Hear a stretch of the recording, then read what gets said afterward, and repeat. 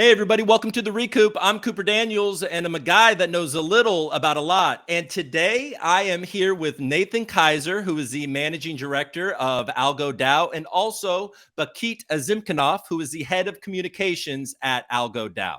How are you guys doing? Pretty good. Eat you first, but I know I'm doing great. How about you, Bakit? I'm good. I'm good. It's very warm finally after weeks and weeks of rain. So yeah, things are Awesome. perking up. So where are you in the world right now, Bakit? I'm in Germany, so we've had a couple of weeks of constant rain, and now it's finally, sunshine and plus 19. So yeah, everything is Okay. perking up, and work-wise as well. So everything is perking up, and sunshine on the horizon.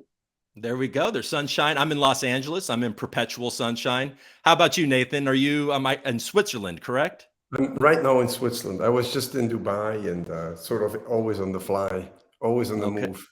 Always on the move. Okay. Well, okay. So let's get started here. So in case people don't know who you are, maybe we can just give everybody a little bit of an introduction, and then possibly, where you came from and how you ended up building Algo DAO on Algorand. And let's start. We can start with Bakit. Do you want to start with Bakit? Is that what you were going to say, Nathan? No, I can go ahead. I'm in the flow now. Yeah. Okay, I like it. You're ready. So I'm originally from Switzerland, but been living in different places. Spent a lot of time in Asia, in the US, and a lawyer by training and practice. We talked about that before this recording. So I used to be a crypto lawyer, pure at heart. Started in 2011 with Bitcoin, early days. Got into the Ethereum pre-sale, then had a stint with Cardano, as many of you, of course, know. And also looked at capital markets. That's part of my background. So it's always been lawyer, capital markets, and crypto all the way. Yeah. And glad to be here. So I did notice that you were, I believe, the chair of the Cardano Foundation. Did I get that correct? Right, I was the chairperson. Right. Yeah, we used to call it chairperson, but chair, it's all good. Yeah, we went early in not calling it the chairman. Very early. Yeah.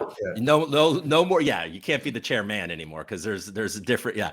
So are you no longer at the Cardano Foundation? Is that correct? No, we left, or all of us left. There was a big change by last year, so it's been de facto a year and a half, maybe 2 years already. Yeah. Okay, great. And then Bakit, you were also, well, let me hear, let's hear a little bit about Bakit. Absolutely. So I also have a capital markets background. So I am a journalist by training. So I did 2 masters in journalism and business and finance.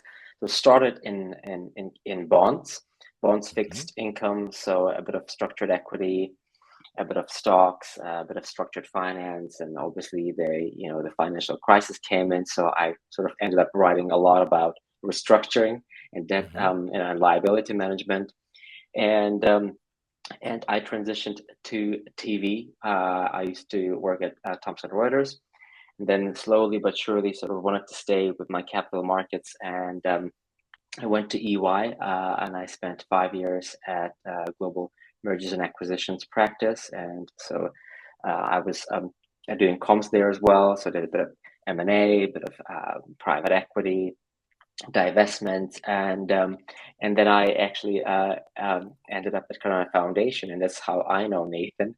So I've always I think when I was in capital markets, I thought, okay, capital markets can serve a certain category of companies and people, but it cannot serve everyone. And I think that was one of the reasons why I actually ended up in the blockchain world, because it can serve a lot more people with varying financing needs. So that's how I ended up where I am now. Yeah. I mean, there seems to be a bit of a financial crisis looming currently, right? So this is, what do you think of that? Just because you said that during that crisis you were focused on restructuring and all that, do you see something kind of brewing right now, or do you think this is kind of very transitory and is going to pass quicker? We are actually in Sorry to uncharted kind of- territory, to be honest. Yeah. So I don't think we've been in this situation since 1917.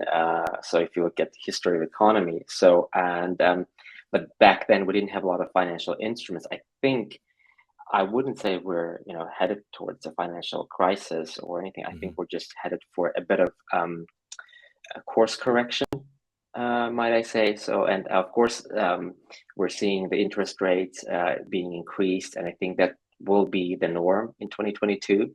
I think we'll see a lot more central banks across the world, not just in not just in developed nations, but across emerging markets as well. I think that will become a norm, and that, in essence, will also bring certain changes into blockchain world and crypto world. I think a lot of people, specifically in emerging markets, will start using a lot more crypto, specifically the countries that rely on remittances.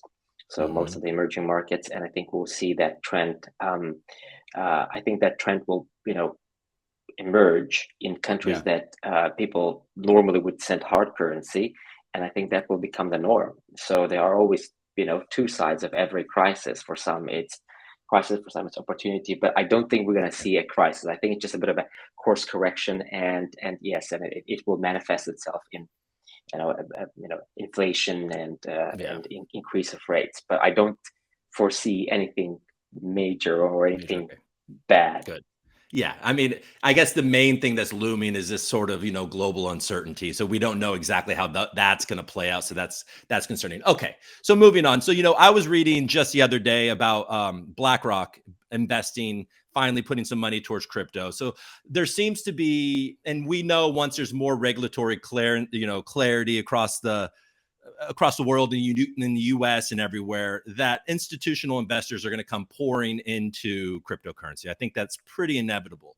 And I think there might be a sentiment, okay, as institutional money comes in, that's going to push out some of the smaller guys, and it's going to be harder to get in on, it might push out some of the smaller guys in these getting in on token launches, and it'll be once again dominated by the big guy. And I think something like AlgoDAO is kind of set up to help out and bring along some of these smaller investors. Am I correct in thinking that? Like, what do you guys see for AlgoDAO? Let's, Nathan, and like, what's the mission of AlgoDAO? Well, indeed, I think to take up also what Bakit just said, I think it's been brewing for a long time, and we're part of that brew, so to speak. And what we foresee is that you need some parts or many parts of what was possible on the traditional finance model and institutions will need to be available in the new world and in the decentralized world. And one part is actually primary markets. And that's what AlgoDAO is about. AlgoDAO is essentially a primary market mechanism or an assistance for a primary market that is then, of course, decentralized to a very high degree. And that's what we're about. So when you say small investors, will they be crowded out by the big institutionals? I think there's a bit of inevitability in that to a certain extent. But on the other hand, there are fixes, and we at AlgoDAO, for example, have specifically added fixes to avoid that, or at least address that, by using quadratic equations, which is by now, I think it was not known at all, that term. But by now, after of course a bit of discourse in the Ethereum world during the past 2-3 years, what quadratic equations do is they favor the smaller token holder, relatively speaking, compared to the bigger or larger token holder. So that's one specific part where we try to address what you're saying is surely a concern. Yeah.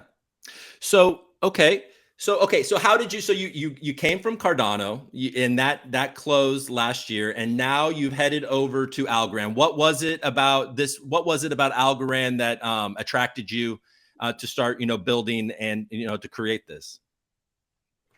Right. I've known the people at Algorand for a while. What attracted me is really the scientific and mathematical, let's say, foundation that they have.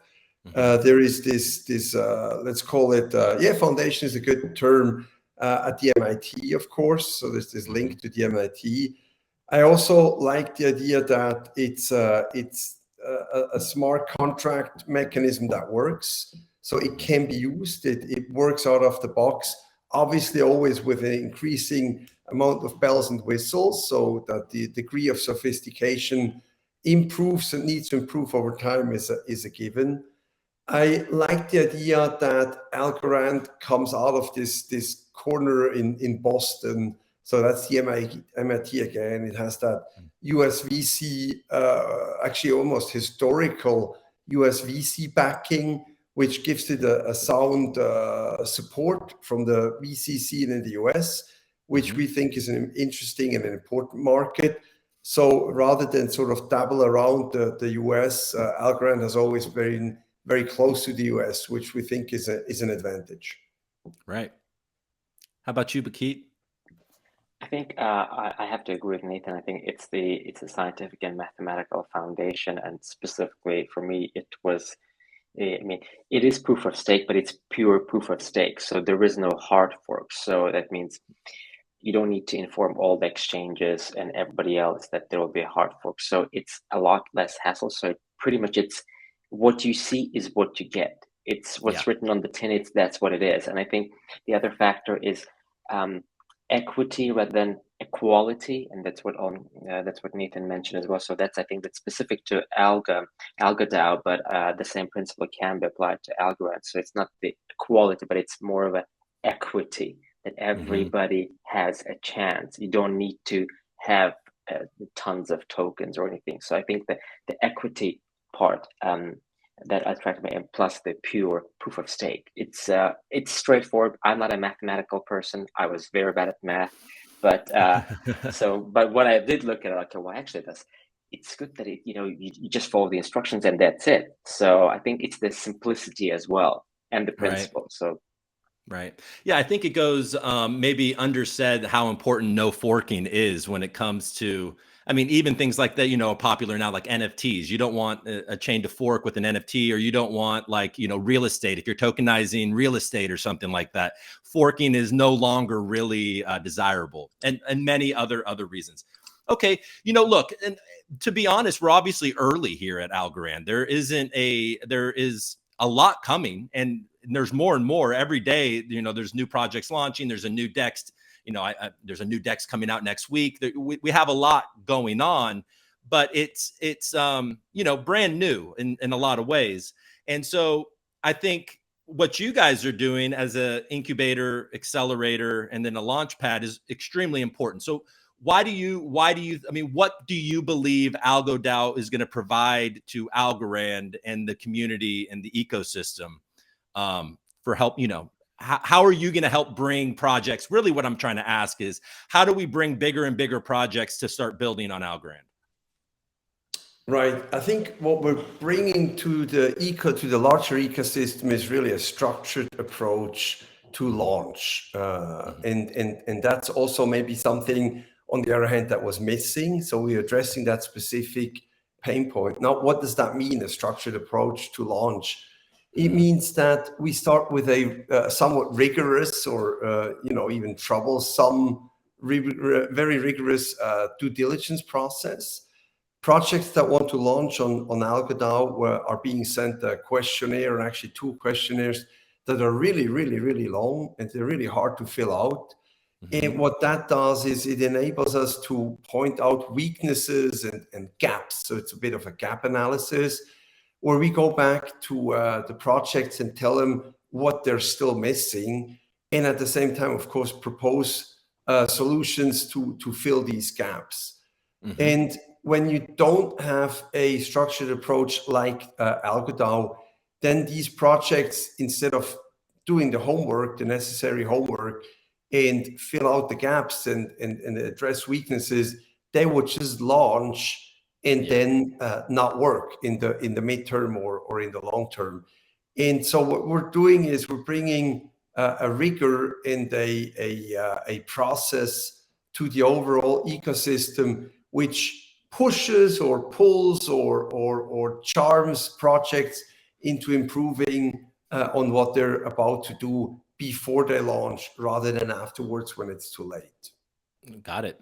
That's how I Yeah. see it. But Keith may have a different view. Yeah, I mean, I agree with everything you said, and if I may add, I think what we're also bringing is bringing a discipline that's very much needed to ensure and empower the maturity of the ecosystem and industry as a whole. Because, of course, we need structure and we need discipline, and this way, if we have those things, then the big guys and the traditional financiers, they will start treating blockchain and the industry as a whole as more mature. So what we're trying to do is we're bringing all different people from different backgrounds who are all professionals in what they do, and adding that rigor, bringing discipline, and ensuring that I think we're more of an empowering Algorand ecosystem and the wider industry to mature and to actually to ensure that the industry is sustainable and it is treated as such, as a mature, as an adult industry rather than a startup scene. So I think that's what we're bringing. Right. So just to kind of recap what it is that you're doing. So basically you're going to ask projects a couple of questions that are rigorous to answer, and then you're vetting different projects. And then I guess that would be the DAOs. The DAO will be vetting these projects, correct? It will be a vote amongst a group. How does this work? Cooper, you cut out a couple steps, so I'm happy to lead you through it. Yeah, let's let you do it. I think that's why we're here. Yeah, okay, good. Let's not let me try to figure this out before you talk. Let's do it. So what happens is we have these different phases now, and the initial phase is indeed where we go out into the world, or the world comes to us and says, "Hey, we got a project. Can we launch on AlgoDAO?" And then we'll send them those 2 questionnaires, and it's not a couple of questions. It's actually a fairly high number of questions. Okay. And what comes back in literally 99% of the cases is that these projects are not ready to launch. So now you can say it's a good thing, it's a bad thing. It is what it is. It's the maturity of the market. And what we then do is we point out these gaps, and with our incubator services, we have a high list of little pieces of services or themes of services like marketing, legal, tokenomics, and so on, where we say, "Hey guys, you're not ready. You're missing this, and that," or we point out mistakes or errors, which is an absolutely normal thing. And then these projects, they go back to the drawing board with our assistance or the assistance of other professionals and service providers, because the ecosystem is getting richer and more capable every day. And then after this homework phase, they will come back, go sort of through the process again, or show how they improved. And only then at that point will there be a vetting process with also a voting process that's fairly sophisticated and which is not yet written in stone. We're still working on these bits and pieces, where there is a yay or nay that comes out. No? And obviously the nay is nothing else than a postponing, where the project is naturally free to come back 3 months later and say, "Well, this time we're really ready." Yeah. Got it. So what you just described is the incubation period, where you are giving advice, like maybe like in a more traditional market where maybe a VC would like help somebody through. I guess that would be after they invested though, right? I mean, look, I'm just trying to, so there's a phase where somebody comes to the DAO and you're like, okay, this isn't good enough. Like, or this, you need this, this, and this. And then you're helping them along. And then there's a Absolutely. vote. Yeah. No, it's well that's put. great. Yeah. And we'll work with VCs or their VCs, or we will maybe provide VCs because they still lack funding until they're ready for launch, and so on. So it's an ecosystem play, and I like it that you mentioned VCs, and I did before say other service providers. It takes a village to raise a kid, and it takes an ecosystem to raise a project to get it ready for launch. And then you're right, we haven't even hit launch yet, so we're talking about the whole steps before launch.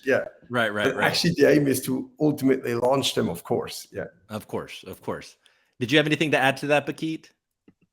No, I think Nathan has it all, and I mean, I think if you were to compare with traditional finance, right? So our role is basically to ensure that, let's say, this the company or the project is ready for listing, right? So in a Right. traditional sense, so we prepare them for that. If they lack something, we provide them with guidance or we help them out, and then when they were because you can't just in a traditional market you can't just list and the next day your shares collapse, right? So that's a Yeah. no-go, and nobody would undo that. So we're pretty much in the same boat. So we want to ensure that whoever whichever project launches, that they do have a successful launch. So we prep them. So I think that would be the most inappropriate comparison with the traditional finance. Yeah. I know. And as you see our ecosystem growing, you see a few more rug pulls coming. You see these projects that aren't really, they launch their token and then they dump on the community and then they disappear. And stuff like this brings a more sophistication. So people have somewhere to look where they know these projects have been vetted. And this is a serious thing that has been vetted by serious people, and et cetera, et cetera, et cetera. So I think that's really exciting. So, okay. So how does it work? How does anybody, I know you have a, right now you have like a Discord bounty program. We can talk about that at the end, but how does somebody get involved with, how do you become a participant in AlgoDAO? Or at this point, is there even something that you can do in order to, Well, there's a lot to unpack there, and maybe I want to add one thing just before I totally answer your question, Cooper, is that we're obviously a DAO now, and what does that really mean to be a DAO? Is that there's a lot of stakeholders, you can call them, and they each have that voting right. So it all happens to a very large extent. It all happens with voting by everybody, so it's not like a company where somebody is responsible and takes decisions and takes the liability, but rather what the AlgoDAO is, it puts in place a set of smart contracts that is then put forward, exists as such on chain, and the actual operations are taken care of by voting on a regular basis on separate issues. Just to sort of say, like, how does the actual machine at the very bottom work? It works through active participation of every DAO stakeholder or token holder, and it works decentralized. That means through the entire launch, and we haven't gotten to the launch yet, the DAO never has custody of anything. So this is obviously the very tenet of decentralization, is that when projects come, the entire process is decentralized, and there is no group of people that has that button and needs to push on a button, and then funds are being paid or taken in. No, this is decentralized. No, so we don't hold any tokens. But back to your question. So I was going to say, just to add on what you're saying, and you guys are at that that interesting stage of a DAO where there has to be some people that start it. Like you can't just out of thin air create a decentralized group of people that are going to vote on things. There has to be individuals that have the initiative to start it. So like you're saying, AlgoDAO hasn't launched, so there isn't a DAO yet because nobody holds DAO tokens, correct? You're right. So what we have is, at this stage, we have this group of people that got together over time, and it's a fairly large amount of people. And there's obviously VCs play an important part, that have this very organic getting together. So we're really talking about discussions that took place online and not formalized, and then the idea crystallized because there was this understood need by let's say 20, 30 or more people, that there is a need for a launchpad on Algorand. And then there is that sort of there's a maturity or a level of maturity that happens on a timeline until the actual tokens are launched. And in the meantime, the initial investors or participants that help finance what is now together, they obviously hold the voting rights as a promise rather than as formal tokens. but we're almost there. No, we're talking just let's call it a couple of weeks, if I'm allowed to say that, Bakit. Okay. We're aiming to launch formally in Q2, and then these promises will turn into actual tokens. Yeah. Got it. All right. So I cut you off. You were going to say something else. Do you remember what that was, or It was in response to your question. Yeah. Yeah. So how do we actually launch? It was the question, if I remember correctly. Okay. Yeah. How do? Well, sure. Let's hear it. Well, so the Launchpad capability itself is somewhat simple. It's again a smart contract where the projects predefined parameters like minimum capital to be raised, maximum capital to be raised, when does it start, when does it end, and so on. And then this is coded into a smart contract. And then in the actual IDO, people based on their AlgoDAO holdings or ADAO holdings are then enabled to participate at an IDO. If the parameters that the project has predetermined are achieved, the smart contract will release project tokens back to the IDO participants. Very classic Launchpad. This is our core platform that comes, as we just had said in length, after the incubator services phase. Mm-hmm. So, okay, now the AlgoDAO, for you to become a participant in the AlgoDAO, there, you said a couple of weeks, there's going to be a launch. Now, will that be, who will have access to the ADAO token at this point? Vakit, I don't want to take away airtime from you. So, but basically at the initial IDO, we're going to use our own platform. So the AlgoDAO will use the AlgoDAO platform, and everybody will be able to contribute at the very initial launch, of course. Oh, wow. Yeah, great. Did you have anything to add to that?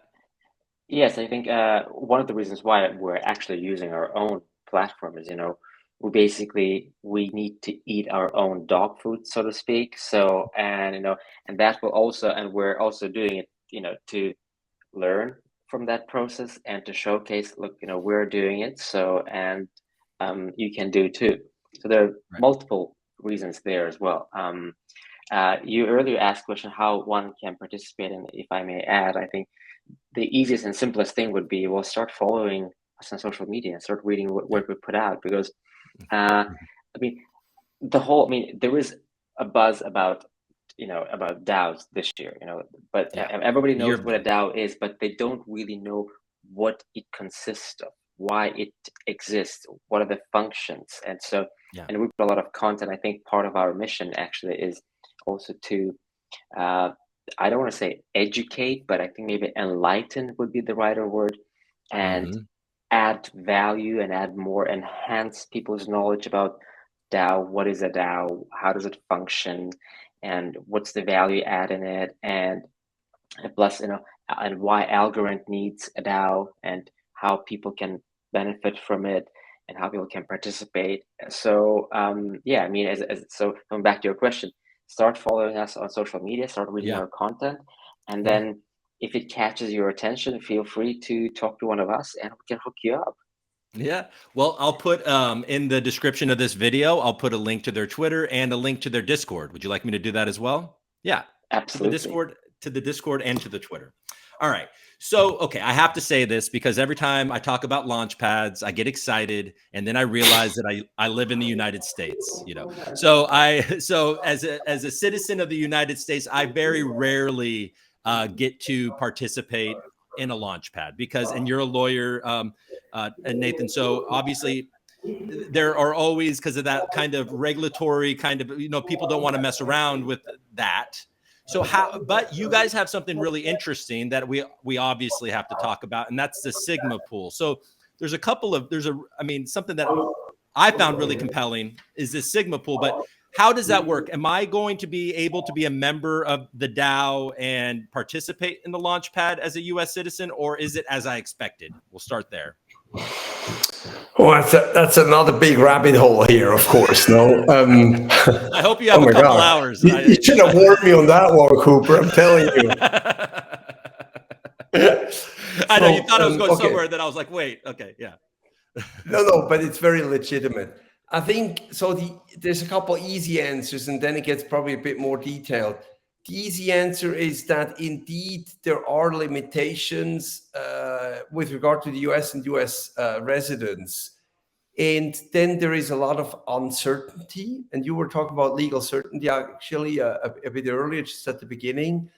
And in the space of too much uncertainty, projects will refrain to launch with regard to US citizens. I think that's an easy answer.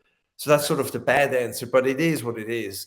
Yeah. The more complicated answer is that every token and every project has its own legal nature that is sometimes less defined and sometimes more defined. And it can be either A, B, or C. With regard to the US, notably, it can be a security or almost or maybe or not at all. And based on the risk assessment of each project, they will then trigger the parameters that I discussed earlier that will be encoded on a smart contract that will or will not require a KYC procedure, and then will or will not exclude certain jurisdictions, like, for example, the US.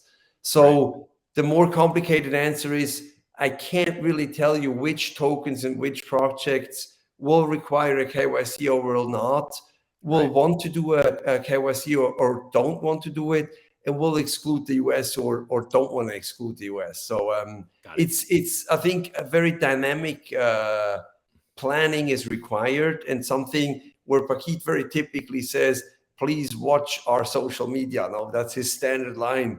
Please follow us on Twitter and on GitHub and so on. Yeah. Well, as the head of communications, I feel like that's probably the right move. Yeah. Yes, I think. I mean, to add to what Nathan said, I mean, yes, this is not a 100% clear area, right? But U.S. residents and citizens, they will be able to stay a DAO earning Sigma. So I mean, so this is one way how they can participate, and people might ask, okay, what is a Sigma, right? How does that work? What's Sigma token, right? So a Sigma token basically is a collective value token of all projects that are going to launch on AlgoDAO. And so our projects, they can benefit from knowing that a portion of their circulating supply will never be released onto the open market, as it remains in the AlgoDAO vault and is reflected in the value of Sigma token. So this is a very simple answer to a very complex thing. But so this is one way how U.S. citizens can participate. Absolutely. And there's another one. Yes. Let's hear it. There's two more, no? Okay. And they're actually, I literally forgot them because it's the very first and the initial way of a US resident participating. You, Cooper, is ultimately both the AlgoDAO token and the Sigma token will be tradable on DEXs, no? And it's early days on Algorand, so there's not a ton of DEXs, but there is, one or two. And you yourself had just mentioned another one launching next week. And these DEXs get better and more user-friendly and sturdier and easier to access. And so ultimately, that's what a DEX does. It will list tokens, and tokens people will, in a decentralized manner, arrange for tokens to be listed. And that's when you obviously on the DEX can buy both the Sigma token as well as the AlgoDAO or ADAO token. Yeah. Got it. So just with the Sigma pool, which I think is really cool. And I did know that I assumed that was a way that US citizens could get exposure in the sense. So every time a token launches on your launch pad, they have to give a percentage of the tokens that they're launching to the pool, correct? And then essentially what the Sigma token is like, your version of the Qs or something. Like it's a ETF almost, where you get exposure to all the tokens that have been launched on your platform. And so, and what, if your sale, and then a couple of weeks I can buy a DAO. Is it a DAO or a DAO? I don't know. A DAO token, right? A DAO token. I can buy the A DAO token, and then I can also stake the A DAO token in order to earn Sigma, which is giving me exposure to all the tokens that launch on the Algo DAO. So, I mean, I think that's really neat, right? That's the plan. Yeah, that's literally the plan. Yeah, good job. It's almost like I thought it myself, but I didn't. I just read what you guys put out there. All right. So, oh, hold on. You're out. Your sound. We lost your sound. I wanted to hear what he said. Sorry. You definitely read up on the material before doing this interview, Cooper. I really appreciate that. Well, I tried. I read some stuff, right? All right. So look, what are we missing here? Okay. So you let it out. You let the cat out of the bag a little bit, where in a couple of weeks, you'll be launching on your own launchpad, the A DAO token, and anybody can participate in that. Doesn't matter where you're from. At that point, can you be a U.S. citizen and participate in that? No, we haven't. That's one point that we still have to nail down with our lawyers and so on. So I can't make any direct promises on that one. Sorry about that one.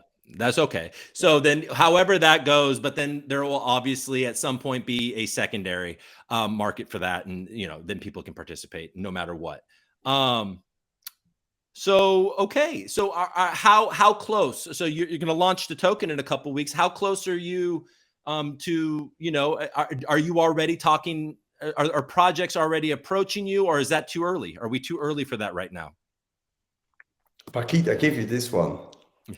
Well, actually, projects have been approaching us for some time, actually. I think, with some projects we've been having a talk since December, even before we actually formalized. As Nathan mentioned, this Algo DAO started as it was just like-minded people starting it, seeing that there is a need.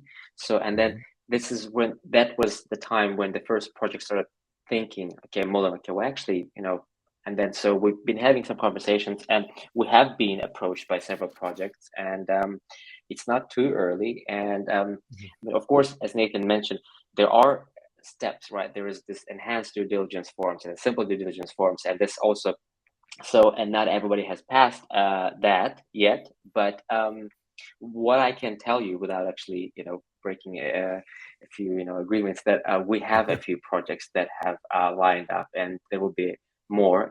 But we will be applying very rigorous criteria. So it's not a free pass for all. It will, they need to meet certain criteria in terms of quality, in terms of what they offer, in terms of the benefit they bring to the community as well. So it will be strict but fair, and it will definitely elevate, the brand and the status of Algorand, and it will definitely bring a lot more and open up a lot of opportunities for the community and for Algorand ecosystem as a whole.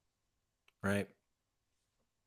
I was, as you were talking, I was thinking about Charles Hoskinson for a second. I listened to him on Lex Fridman. It was a couple months ago. It was a very long interview. It was like 6 hours long. I listened to a bunch of it. But one thing that he actually did communicate a few different times is his admiration for Silvio Macaulay and Algorand, really. He seemed, whenever Fridman would cue him to talk about projects that don't get enough respect, he seemed to go to Algorand a lot for that answer. And there does seem to be a sentiment that, Algorand leads with the tech, but nobody really knows, it's sitting there around 30, number 30. Not enough people know about Algorand. Not enough people use it. What do you guys see for the future of Algorand and a larger adoption and, it growing in stature in the crypto community, et cetera? How do you see this playing out a little bit? Are you bullish? What are your feelings? Well, we're definitely bullish. I think that's fair to say. Yeah. I think we see all the bits and pieces in place for Algorand. Now it's sort of up to us, up to you, up to all of us, everybody in this ecosystem, and those who will join in the future, to do stuff with it, to build stuff, to interact, to help move this space forward. So I'm bullish, but it will require work, because you build stuff that building stuff requires work. Hard work, long hours, teams coming out of nowhere, teams getting together, building stuff, having ideas. going Yeah. through the motions, yeah, getting the financing, finding business models, finding business opportunities, addressing pain points, and helping solve real world problems. That's, I think Algorand can do this, and the Algorand ecosystem and its participants, of which we're a part of, we can do this. I'm bullish. Okay, cool. Yeah. Did you have anything to add to that? I'm definitely bullish, and I think what Algorand has, and it doesn't, it doesn't have this big spikes. It's sort of steady, and I Yeah. think, bigger, organizations, corporates, right, and traditional financiers, they actually prefer a steady, flow rather than big spikes in Right. So, and I think we are that steady ecosystem, where that steady blockchain network that actually will in future attract a lot more participants, and will definitely shape shape the future of this industry. I mean, and I assume now I'm going a little off topic, and I know we're running a little, we're running a little late here, so I won't indulge myself too much. But I also sort of think, when it comes, we talked about a lot about VCs, and it probably takes some courage to put a lot of money into Algorand right now, because, for example, maybe they have had a few wins on Solana. And if they fail on Solana, they probably don't get fired. You know what I mean? But if they are the pioneer in Algorand, it probably takes and they fail on Algorand, that people might be like, why did you try that? Does that make sense? Where I don't know. I feel like it takes less courage right now probably to invest in Solana for a VC than it does for them to invest in projects on Algorand. Am I off here? Like, do you agree with that? Or do you think that I'm just kind of creating stories? Cooper, I love that topic. I think it's almost sort of a bottle of wine type of discussion, and it's probably halfway philosophical. No, I think well, maybe if I'm ever in Switzerland, or you're in LA, we can maybe discuss right, it over you some never know. wine. As I said, Yeah. I'm moving a lot. Yeah. Okay. Yeah. I think there's a chance. I think what happens is no investment advice, or I'm not in that sense somebody who provides investment advice or pretends to know. But I think with Algorand, it's that belief that the technical pieces are in place and it works out of the box, and the governance mechanism is trusted. Algorand has been around the block and been here for a while in a very good way, and it's still here. And you may know Nassim Taleb's motto that it's, if something has been around for a while, it stood the test of time. And so I think that's maybe, I'm speculating, one reason to say that we invest into, or we believe into, the Algorand ecosystem. It's been around, it's still around, it works. What's there not to like? Yeah. And like we said, no forking. It's never been down. There is definitely a lot to like. All right. Well, you can't guys, say that of all the chains, huh? No, you can't, especially the one that I just brought up. The one that I brought up is definitely I didn't not say it. Yeah. I wanted you to say it. I'm always willing to say it. Anybody that watches my channel knows I'm not scared to say that. All right. All right. Well, look, thank you guys so much. Let's talk real quick before we go. There is a Discord bounty program that people can participate, and they can get access to the IDO. Is this correct? Am I right here? So what do people have to do? What can they do right now in order to, kind of win an allocation? I'll give you the simple answer. So, first of all, you can comment and build memes.